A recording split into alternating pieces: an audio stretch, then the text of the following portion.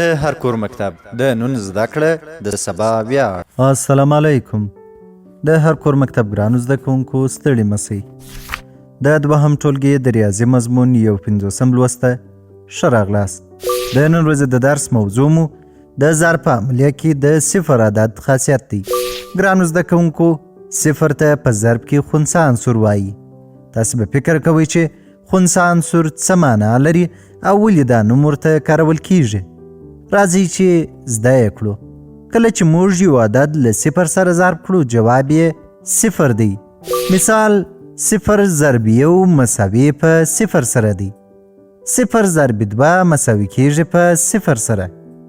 صفر ضرب درې مساوي کیږي په صفر سره. صفر ضرب څلور مساوي کیږي په صفر سره. صفر ضرب پنځه مساوي کیږي په صفر سره. دغسې چې هر ډول عدد له صفر سره ضرب کړو جواب یې صفر کیږي او عدد له منځه ځي یا په بله وینا خنثی کیږي.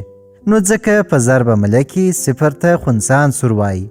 معنا یې دا ده چې یعنی که له صفر سره هر عدد ضرب سي جواب یې صفر کیږي. ولې د یو عدد او صفر د ضرب حاصل صفر کیږي؟ راځئ چې مفهوم یې زده کړو. صفر ضرب یو دا معنا لري چې صفر واره یو څو کیږي. تاسو فکر وکړئ صفر ځله یا صفر واره یو معلومه خبره ده چې صفر کیږي ځکه چې تر اوسه لا حساب شروع شوی نه دی. او که داسې ووایو چې دوه ضرب صفر نو معنا یې دا ده چې دوه ځله صفر څو کیږي. دوه ځله صفر بیا هم صفر کیږي.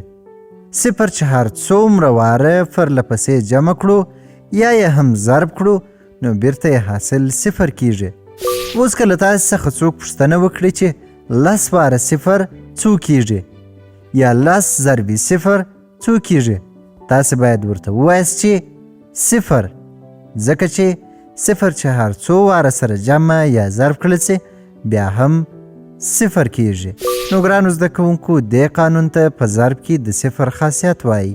که له صفر سره هر عدد ضرب کړو یا هم عدد له صفر سره ضرب کړو حاصل یې صفر کیږي. تاسې په خپلو کورونو کې دا درس ښه در سره تکرار کړئ او د صفر سره د عددونو په ضرب کې ښه فکر وکړئ. دا و زموږ د نن ورځې درس. په راتلونکي درس کې به د 2 3 4 5 6 8 او 12 عددونو د ګروپونو جدول زده کړو. په مخه مو ښه